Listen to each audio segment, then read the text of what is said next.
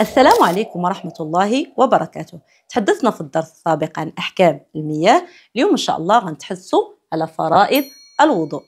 قال الإمام ابن عاشر رحمه الله: فصل: فرائض الوضوء 7 وهي: دلك وفور نية في بدئه، ولينوي رفع حدث أو مفترض، أو استباحة لممنوع عرض، وغسل وجه غسله اليدين، ومسح رأس غسله الرجلين، والفرض عما مجمع الأذنين، والمرفقين عما والكعبين، خلي الأصابع اليدين وشعر، وجه إذا من تحته الجلد ظهر.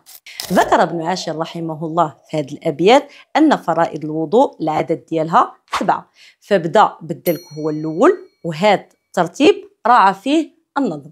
والدلك هو إمرار الكف على العضو اللي مطلوب أننا نغسلوه، فلا يجوز أننا نصب الماء على العضو دون الدلك، لأن الدلك فرض من فرائض الوضوء.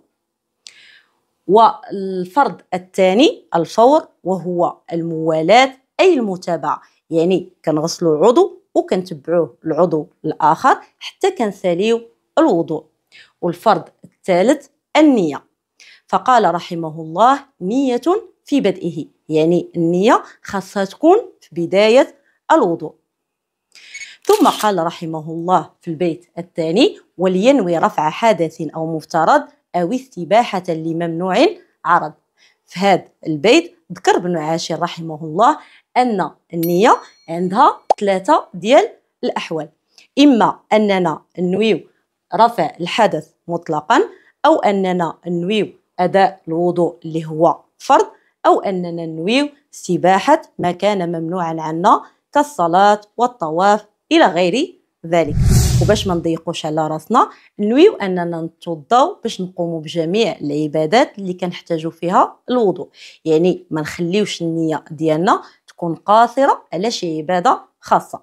مثلا نويت نصلي العصر، فتوضيت خصيصا لصلاة العصر، يعني جعلت النية ديالي قاصرة على هاد الصلاة. في هاد الحالة إلا بغيت نصلي المغرب كيتوجب عليا نعاود الوضوء وإن كنت ما زلت على طهارة. علاش؟ حيت جعلت النية ديالي قاصرة على فريضة العصر بوحدها. باختصار، النية إلا جعلناها قاصرة على شي أمر فما خاصنا نديرو بها إلا ذاك الأمر، وإلا وسعناها وقصدنا بها رفع الحدث مطلقا كنديرو بها جميع العبادات. ثم ذكر رحمه الله الفرض الرابع، وهو غسل الوجه. كنغسلوا الوجه ديالنا من منبت الشعر حتى الأسفل الذقن، ومن الأذن حتى الأذن. والفرض الخامس هو غسل اليدين إلى المرفقين. والفرض السادس هو مسح الرأس. كنمسحوا الرأس ديالنا كامل، فكنبداو المسح من مقدم الرأس حتى لآخر منبت القفا.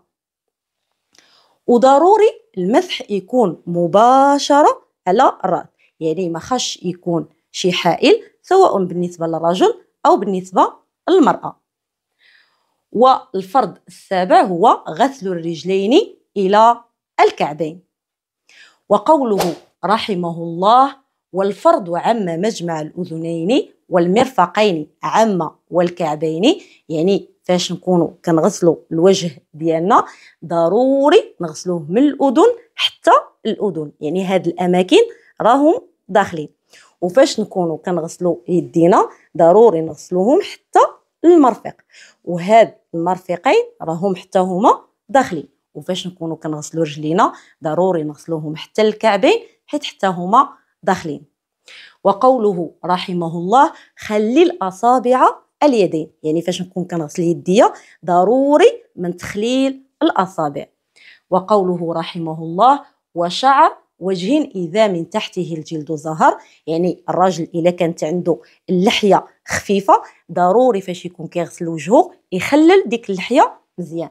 أما إلا كانت عنده اللحية كثيرة فهو غير مطالب بالتخليل.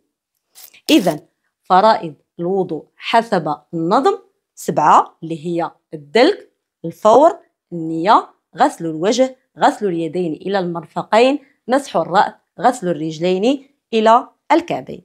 والسلام عليكم ورحمة الله وبركاته.